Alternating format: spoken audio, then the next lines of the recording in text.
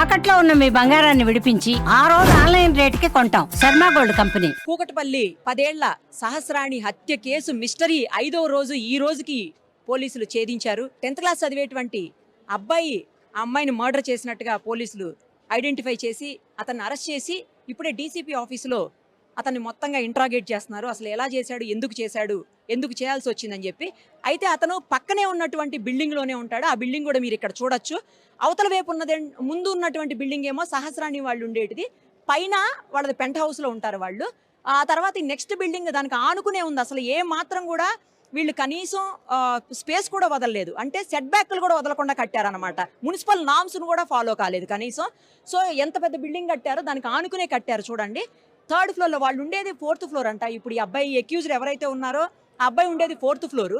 దాని నుంచి 3rd ఫ్లోర్లోకి దిగి 3rd ఫ్లోర్లో నుంచి అవతల ఉన్నటువంటి బిల్డింగ్లోకి జంప్ చేశాడు. చేసి అక్కడ ఆ అమ్మాయి ఉన్నటువంటి ఆ రూమ్లోకి వెళ్ళి తను దొంగతనం చెయ్యాలి అని చెప్పేసి 80,000 రూపాయలు దొంగతనం కూడా చేశాడు అప్పటికే. తర్వాత అక్కడే ఉన్నటువంటి హుండీని బద్దలగొట్టి అందులో డబ్బులు కూడా తీసుకోవాలనుకుంటున్న టైంలోనే ఆ అమ్మాయి అడ్డుకోవటంతో కత్తితోటి అమ్మాయిని ఇష్టానుసారం ఎక్కడ పడితే అక్కడ పొడి చేశాడు. పొడి చేసి అమ్మాయి బ్రతికుందేమో, ఎట్టి పరిస్థితుల్లోనూ బ్రతకూడదు అన్న ఉద్దేశంతో గొంతు మీద కూడా అమ్మాయిని కట్ చేసినటువంటి పరిస్థితి. బాడీ మీద 18 చోట్ల పొడిచాడు. మెడ మీద వచ్చేసి 7 చోట్ల అమ్మాయిని పొడిచాడు అడ్డంగా. ఎక్కడ పడితే అక్కడ ఎలా పడితే అలా పొడి చేశాడు. వాడు చెయ్యాలి అనుకున్నటువంటి ఆ దొంగతనం కూడా మొత్తం ప్లాన్ అంతటిని వాడు కంప్లీట్ గా ఒక పేపర్ మీద వర్కౌట్ చేసుకున్నాడు. ఇక్కడ చూడండి, ఆ పేపర్ మీద రాసుకున్న దాంట్లో వాడు ఏం రాసుకున్నాడు అంటే ఇంగ్లీష్ లో రాసుకున్నాడు. ఏం రాసుకున్నాడంటే ఇంట్లోకి వెళ్ళాలి, వెళ్ళిన వెంటనే ఫస్ట్ గ్యాస్ స్టవ్ ని, ఆ పైప్ ఏదైతే ఉంటుందో గ్యాస్ పైప్ అంటే సిలిండర్ స్టవ్కి వెళ్ళేటువంటి పైప్ ని కట్ చేయాలి. కట్ చేసి దాన్ని వదిలేయాలి కాసేపు. ఆ తర్వాత దొంగతనం చేసేయాలి. వాడు లాస్ట్ లో ఏం రాసుకున్నాడు తెలుసా? దాంతో మొత్తం పూర్తయిపోయి మిషన్ డన్ అంట. అసలు ఏ స్టేజ్లో పిల్లలు ఉన్నారు? 10th క్లాస్ చదివే పిల్లడు ఇంత వైలెంట్గా ఎందుకున్నాడు? వాళ్ళ పేరెంట్స్ ఆమెమో అతని తండ్రి ఏమీ చేయడం తెలుస్తుంది, ఏ పని చేయడంట. తల్లి మాత్రం ఎక్కడో బయటికి వెళ్ళి ఇళ్లలో పని చేయటం కాకుండా హౌస్ కీపింగ్ అంటారు కదా, ఆ టైపులో పెద్ద పెద్ద అపార్ట్మెంట్స్లో హౌస్ కీపింగ్ ఉంటుంది. అలా హౌస్ కీపింగ్ చేస్తుందంట ఆవిడ. మొత్తం పేరెంట్స్ని కూడా ఇప్పటికే పోలీసులు తీసుకుని వెళ్ళారు. దారుణమైన విషయం ఏంటంటే ఒక 10th క్లాస్ చదివే పిల్లోడు చూస్తుంటే చాలా లీన్గా ఉన్నాడు. పిల్లోడు కూడా మనం ఫోటో చూపించకూడదు కాబట్టి, ఎందుకంటే జువైనల్ యాక్ట్ ప్రకారం మైనర్ కనుక మనం ఫోటో కానీ పేరు కూడా రివీల్ చేయడానికి లేదు. అందుకనే మనం రివీల్ చేయలేకపోతున్నాము. సో చాలా సన్నగా ఉన్నాడు, నేను చూశాను ఫోటో. అలాంటి పిల్లోడికి ఇంత ధైర్యం ఎలా వచ్చింది? అంత గట్టిగా 10 ఏళ్ల అమ్మాయిని అంత గట్టిగా ఎక్కడ పడితే అక్కడ ఎలా పొడవగలిగాడు అనేది కూడా ఇక్కడ పాయింట్. ప్రీ ప్లాన్డ్గా ముందే రాసుకొని వచ్చి మరీ చేశాడు అంటే మనం రెగ్యులర్గా చూస్తున్నాం ఈ మధ్యకాలంలో ఇలాంటి ఇన్సిడెంట్లు అనేకం జరుగుతున్నాయి. ఒక పిల్లోడు నెట్లో ఏదో చూసి మొన్న మధ్యన బెంగళూరులో ఆ నెట్లో చూసినటువంటి ఆ ఎపిసోడ్ ఏదైతే ఉందో ఆ ప్రకారమే తనను తాను చంపుకున్నాడు ఆ పిల్లోడు. పేరెంట్స్ మరి ఇంట్లో లేరు అని చెప్తున్నారు ఆ టైంలో. ఇప్పుడు ఈ పిల్లోడు చేసిన టైంలో కూడా మరి పేరెంట్స్ ఉన్నారో లేదో తెలియదు. నెక్స్ట్ ఆ రోజు అందరికీ స్కూల్ ఉంది, మండే రోజు అందరికీ స్కూల్ ఉంది. మరి ఈ అబ్బాయి ఎందుకు వెళ్ళలేదు? ఈ అమ్మాయి వెళ్ళకపోవడానికి కారణం ఏంటంటే ఆ రోజు స్పోర్ట్స్ డే అవుతుంది కాబట్టి అమ్మాయి స్కూల్కి వెళ్ళలేదు ఆ రోజు. బట్ మరి వీడెందుకు స్కూల్కి వెళ్ళలేదో తెలియదు. అత్యంత కిరాతకంగా 4 days 5 days వరకు కూడా తెలియనటువంటి మర్డర్ మిస్టరీ అయిపోయింది. ఇది మొత్తం సెన్సేషన్ రేపింది. పోలీసులు 5 బృందాలుగా ఏర్పడి మొత్తానికి ఐడెంటిఫై చేసి అక్యూజ్ని పట్టుకోగలిగారు. అది కూడా ఎలా అంటే అక్కడే దగ్గరలో నుంచొని మొత్తం ఆ బిల్డింగ్ వైపే చూస్తున్నాడంట. 5 minutes పాటు అదే బిల్డింగ్ వైపు చూస్తుంటే సీసీ కెమెరాలో చూసినటువంటి పోలీసులు ఎందుకు ఈ బిల్డింగ్ వైపు అంతగానం చూస్తున్నాడు ఆ అబ్బాయి అని చెప్పేసి వెంటనే ఎంక్వైరీ చేసి తీసుకుని వస్తే వాళ్ళ ఆ సహస్రానికి ఒక బ్రదర్ ఉన్నాడు, చిన్న పిల్లోడు, 3rd క్లాస్ చదువుతున్నాడు, 8 years పిల్లోడు. ఆ పిల్లోడితో క్రికెట్ ఆడుకోవటం కోసం వచ్చి చూస్తున్నానని చెప్పాడంట. కానీ పోలీసులు వాళ్ళ స్టైల్లో ప్రశ్నించిన తర్వాత అప్పుడు నిజాలు మొత్తం బయటకు వచ్చాయని తెలుస్తుంది. ఎంత దారుణం! 80,000 దొంగతనం చేయాలన్న ఆలోచన అంటే కేవలం 10th క్లాస్ చదివే పిల్లోడు దొంగతనం చేయాలన్న ఆలోచన ఎందుకు వచ్చింది? ఆ దొంగతనాన్ని ఎలా చేయాలి కూడా ప్లాన్డ్గా రాసుకొని మిషన్ డన్ అని చెప్పి క్లీన్గా రాసుకొని మరీ చేయటం అంటే ఎంత ఘోరమైన సంఘటన. ఎక్కడికి పోతున్నాం, ఏం జరుగుతుంది, ఏం చేస్తున్నాము? చిన్న పిల్లలు ఇంత వైలెంట్గా ఎందుకు ఆలోచిస్తున్నారు? దానికి కారణం ఏంటి? చూస్తున్నటువంటి ఇంటర్నెట్లా, లేకపోతే విచ్చలవిడిగా ఇష్టానుసారంగా ఏది పడితే అది దొరుకుతున్నటువంటి బయట ఈ సోషల్ మీడియానా? ఏది దేని వల్ల ఇలా తయారవుతున్నారు పిల్లలు? కనీసం పేరెంట్స్ ఎందుకు అలా వదిలేస్తున్నారు? చూడకుండా పట్టించుకోకుండా స్కూల్కి ఎందుకు వెళ్ళలేదు? ఫస్ట్ ఆఫ్ ఆల్ ఆ పిల్లోడు స్కూల్కి వెళ్ళాలి కదా. ఎందుకు వెళ్ళలేదు ఆ రోజు స్కూల్కి, ఎందుకు వెళ్ళలేదో పేరెంట్స్ ఎందుకు వదిలేశారు? ఆ రోజు ఏమి లీవ్ లేదు, హాలిడే లేదు, ఏమీ లేదు. మండే రోజు ఎందుకు వాడు స్కూల్కి వెళ్ళలేదు? ఆ పాపకి రీజన్ ఉంది వెళ్ళకపోవడానికి, వీడు వెళ్ళలేదు. అంత వైలెంట్ గా తయారయ్యి ఇష్టానికి ఎక్కడ పడితే అక్కడ అంత ఘనం పొడిచాడు అంటే వాడికి ఎంత ధైర్యం ఉండాలి? ఏం చూసి వాడు ఇలా తయారయ్యాడు? ఇలాంటి పిల్లలు ఇంత దారుణంగా తయారవుతే రేపొద్దున సొసైటీ ఎక్కడికి పోతుంది? అమ్మా, ఇంత దారుణంగా చూశారు మీరు సంఘటన, ఏమనిపిస్తుంది? అసలు ఇలా ఎందుకు తయారవుతున్నారు పిల్లలు? ఏమో అమ్మా, ఎందుకు అట్లా చేయొద్దు కదా. పాప తీసుకొని పోను ఉండే కానీ చంపడం తప్ప. వెళ్ళిపోయేది ఉండే, ఉంచొద్దా, చంపేయాలి. ఇన్నేళ్ల నుంచి ఇక్కడ ఏం జరగలేదు. మరి ఎప్పుడన్నా చూసారా అమ్మా ఇలాంటి సంఘటన ఇంత దారుణంగా ఘోరంగా ఇలా చంపడం అనేది చూసారా మీరు? పిల్లగాడు దొరికింది కదా, వానికి ఉంచకండి. వా తల్లిదండ్రి ముంగట వానికి తప్పుడు ఈయనే మరి ఒక బుగ్గులు అవుతుంది జరా, మరి ముంగట చెయ్యరు బట్ట పుణ్యం వస్తుంది. వాడ ఉంచకుండా ఇప్పుడు వాళ్ళకి ఎంత బాధ ఉండదు, వానికి అంత బాధ కానీ అదింత చేయండి పాపం ఎవరికే కానీ. ఎక్కడో ఒక ఇన్సిడెంట్ జరుగుతుంది, ఇది ఎక్కడో ఒక జరుగుతుంది. ఎవ్రీ ఇయర్ ఎవ్రీ మంత్ ఇక మీరు మీడియా మీరు చేయడం ఏం చెప్తారంటే చూపిస్తారు అంతే. మీరు ఏది ఈ చూపించడం తప్ప మీరు ఏం చేశారు మీడియా?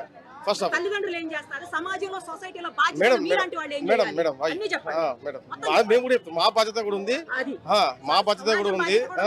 మీడియా చూపిస్తుంది కదా, మీడియా అందరూ బాధ్యత. ఇప్పుడు మీడియా ఎందుకు చూపిస్తుందంటే ఒకసారి ఇలాంటి జరగకూడదు. తల్లిదండ్రులను వదిలేసి ఉండాలంటే కూడా భయపడే పరిస్థితి ఉన్నది ఈ సమాజం. ఎంతవరకు కాపాడుకుంటూ ఉండలేం కదా, మనం పనులు మానేసుకొని కాపాడుకుంటూ ఉండలేం కదా. ఘోరంగా అసలు ఇంత దారుణంగా అసలు అంత 18 చోట్ల బాడీ మీద, నెక్ మీద 7 చోట్ల అసలు ఎలా అంతలాగా కనీసం భయం కూడా లేకుండా ఎలా చేశాడు ఆ పిల్లోడు?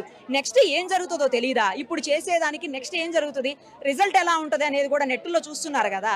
ఆ తర్వాత అరెస్ట్ చేస్తే పరిస్థితి ఏంటో తెలియదా? ఆ మాత్రం జువైనల్ హోమ్ లో పడి ఆడవాలి. ఎందుకు చెయ్యాలి ఇలాంటి పనులు? అసలు వాడిని కూడా ఇట్లనే చెయ్యాలి మేడం, ఇట్లనే చెయ్యాలి. మళ్ళీ ఇంకొక పిల్లకి చేయకుండా ఇలాగే చెయ్యాలి మళ్ళీ వాడిని కూడా. అది కూడా అక్కడ చేయొద్దు, పోలీస్ స్టేషన్ లో ఈ ఏరియాలో తెచ్చి వాడిని ఇదే పని చేయాలి. వాడిని ఈ రోజు ఇక్కడ జరిగింది, రేపు ఇంకెక్కడన్నా జరగవచ్చు అట్లనే. సంజీవ్ గారు డాక్టర్ కదా, ఇప్పుడు మీ ఫాదర్ ని కూడా ఫస్ట్ లో అన్నారు, తర్వాత తెలిసింది కాదు అని చెప్పేసి. లేకుండా ఎలా చేస్తారు? ఇప్పుడు ఈ పిల్లోడు దొరికిన తర్వాత నీకేమనిపిస్తుంది? ఆయన ఇప్పుడు చంపేయాలి. ఆయన చేశాడు. 10th క్లాస్ చదువుతున్నాడు, మా స్కూల్లో చదువుతున్నాడు. ఆయన 10th క్లాస్ లో చదువుతున్నాడు, మాకు తెలుసు. స్కూల్ ఉందా మీకు? ఉంది, స్కూల్ ఉంది. మేము వెళ్ళాము. ఆయన ఉన్నాడో లేదో తెలియదు కానీ మేమైతే వెళ్ళాము. స్కూల్ కి రాలేదు అని అన్నారు. 10th క్లాస్ వాళ్ళు అటెండెన్స్ తీసుకుంటే అన్నారు.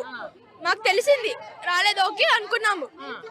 అయితే మండే మధ్యాహ్నం వచ్చాక ఇట్లా తెలిసింది మాకు.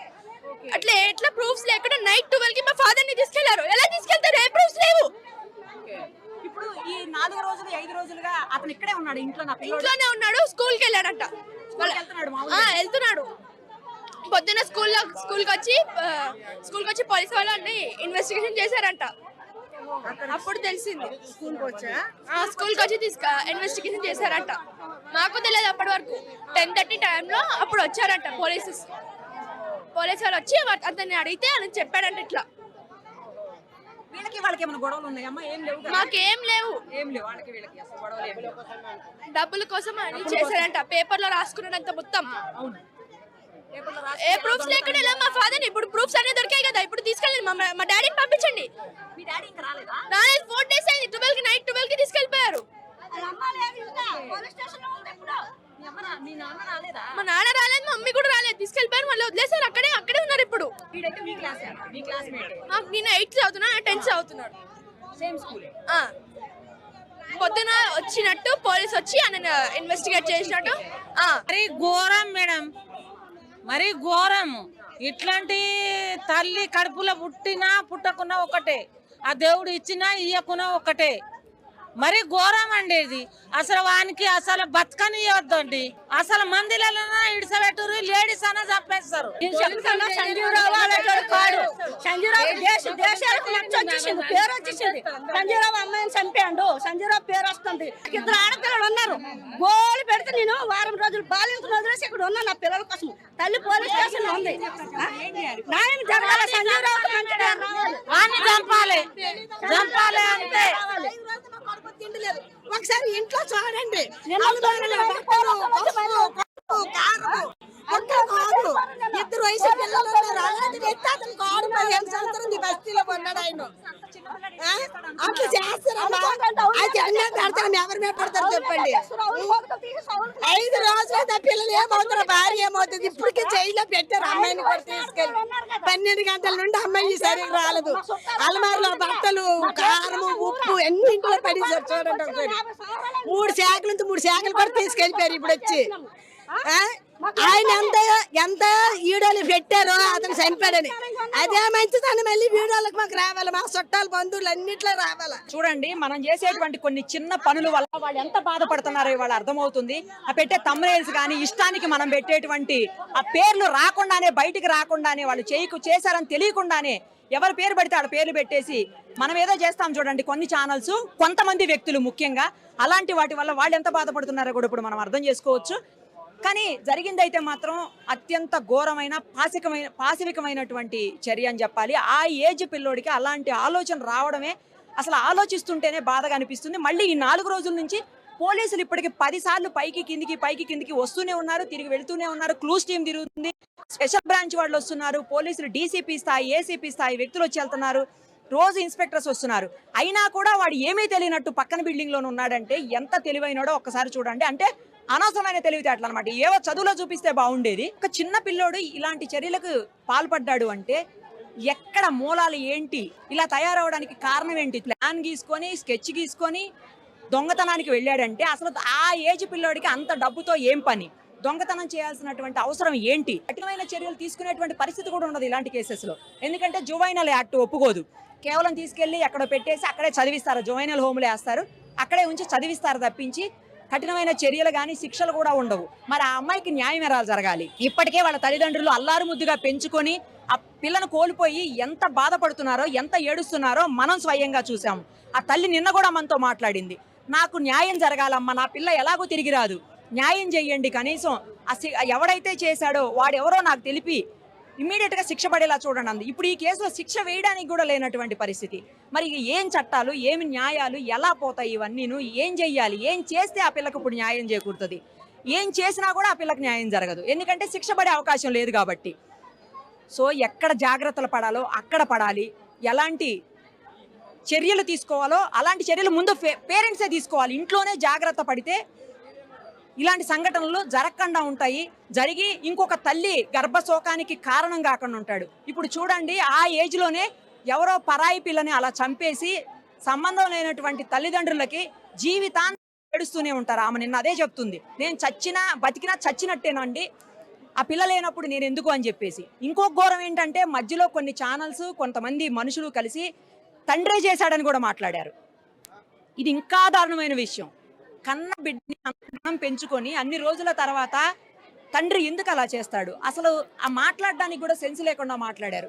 ఎందుకంటే ఆ పిల్ల వాళ్ళ అమ్మ క్యారేజ్ పెట్టేసి ఆ రోజు తమ్ముడు స్కూల్కి వెళ్ళాడు, అన్నం పట్టుకెళ్ళలేదమ్మా, ఈ బాక్స్ తీసుకెళ్ళి ఇచ్చేసే అని చెప్పి ఆమె క్యారేజ్ లంచ్ బాక్స్ పెట్టి అక్కడ తల్లి ఆఫీస్కి వెళ్ళిపోయింది. తండ్రి బయటకు వెళ్ళిపోయాడు, ఆయన పని మీద ఆయన వెళ్ళిపోయాడు, ఆయన బైక్ మెకానిక్ అంట. సో అతను వెళ్ళిపోయాడు. ఆ తర్వాత 12:45 సమయంలో స్కూల్ నుంచి ఫోన్ వచ్చినారు, పిల్లోడు స్కూల్ నుంచి, ఇంకా బాక్స్ రాలేదు అని చెప్పి. అప్పుడు వాళ్ళ మదర్కి ఫోన్ చేసి ఇంకా బాక్స్ ఇవ్వలేదంట నా తండ్రి అడిగాడట. అదేంటి, నేను ఇచ్చి పెట్టొచ్చాను కదా, ఎందుకు పోలేదు సహస్రాణి అని ఆమె కింద ఉన్నటువంటి వాళ్ళకి ఫోన్ చేసింది. అమ్మాయి ఇలా మా అమ్మాయి పోలేదంట, బాక్స్ తీసుకుని ఒకసారి పైకి వెళ్ళి చూసిరావంటే ఆవిడ పైకి వచ్చిందంట 1 o'clock అరౌండ్. వస్తే బయట గడబెట్టుంది. ఆమె ఫోన్ తీసుకుని అక్క బయట గడిపెట్టేసింది, మీ అమ్మాయి లేదని చెప్పిందంట. ఇంత లోపల వాళ్ళ ఫాదర్ వచ్చాడు. అంటే అప్పటికే మర్డర్ అయిపోయింది. మరి వాళ్ళ ఫాదర్ని ఎలా అంటారు? తర్వాత 25 ఏళ్ళు లోపల ఎవరో చంపారు అని చెప్పేసి ఎవరైతే అటాప్సీ చేశారంటే పోస్ట్ మార్టం చేసినటువంటి డాక్టర్స్ 25 ఏళ్ల లోపు వాళ్లే చంపారు, ఆ గాయాల తీవ్రతను బట్టి 25 ఏళ్ల లోపు వాళ్ళు చంపారు అని చెప్పారు. మరి ఇప్పుడు ఎవరైతే సంజీవ్ అని చెప్పేసి అందరూ కలిసి బ్లేమ్ చేశారో ఆ సంజీవ్ అనే వ్యక్తి, నేనైతే కాదు, నేను వచ్చున్నాను, నేను ఎప్పుడు కూడా ఇలాంటివి చేయలేదు, చాలా మంది చేశారు, ఆ సంజీవ్ అనే వ్యక్తికి 40+ ఏజ్. మరి ఎలా అతన్ని బ్లేమ్ చేస్తారు? ఇలా రకరకాలు మొత్తం పూర్తిగా తెలుసుకోకుండా మాట్లాడడం కూడా కరెక్ట్ కాదు. వాళ్ళు ఎంతో బాధపడుతున్నారు. సరే, ఇవన్నీ పక్కన పెడితే కాసేపు ఉంటాయి, పోతాయి, కానీ పోయిన అమ్మాయి అయితే తిరిగి రాదు. బట్ ఆ అమ్మాయికి న్యాయం జరిగేది అలాగే ఇప్పుడు అది కూడా పెద్ద క్వశ్చన్ మార్క్లా తయారైంది ఇప్పుడు. సో మొత్తానికైతే 5 రోజుల తర్వాత పోలీసులు మర్డర్ మిస్టరీని ఛేదించగలిగారు. ఒకటి గుర్తుపెట్టుకోండి, తప్పు చేసే ప్రతి వాడు లేదా ప్రతి మనిషి ఒకటి మాత్రం బాగా గుర్తుపెట్టుకోండి, తప్పు చేసినప్పుడు ఏదో ఒక చిన్న క్లూని 100% వదిలి వెళ్తారు. అలా వదిలి వెళ్ళే దొరుకుతారు. ఇప్పుడు కూడా పోలీసులకు అలాగే దొరికాడు ఈ పిల్లోడు. లోపల బ్లడ్ స్టెయిన్స్ ఉన్నటువంటి మరకలు ఉన్నటువంటి బట్టలు కూడా ఉన్నాయని చెప్తున్నారు. తర్వాత కత్తి కూడా అక్కడే ఉందని చెప్తున్నారు. మరి డబ్బు దొరికిందో లేదో తెలీదు. పాపం పేరెంట్స్ ఫస్ట్ నుంచి కూడా ఏమన్నా పోయినాయా, డబ్బులు ఏమన్నా పోయినాయా, బంగారం పోయిందా అని అడిగితే కూడా తెలియదమ్మా, అసలు మేము లోపలికి లేదు, మాకు తెలియదు, మాకు అన్ని పోయినా పర్వాలేదు, పిల్ల కావాలి, పిల్లకి ఏం అయిపోయింది, పిల్ల పోయిన మాకు ఎందుకు అని అడిగారు. సో అవన్నీ పోయినాయా లేదనేది కూడా ఇవాళ వరకు తెలియదు. అసలు 80,000 పోయినాయి అని ఈ రోజే తెలిసింది. అంటే వీడే దొంగతనం చేశాడని. సో మూలాలు ఎక్కడున్నా కూడా ప్రతి ఒక్కరి బాధ్యత ఉంది. 100% ఇలాంటి వాటిని అరికట్టాల్సినటువంటి అవసరం అయితే ఖచ్చితంగా కనిపిస్తోంది.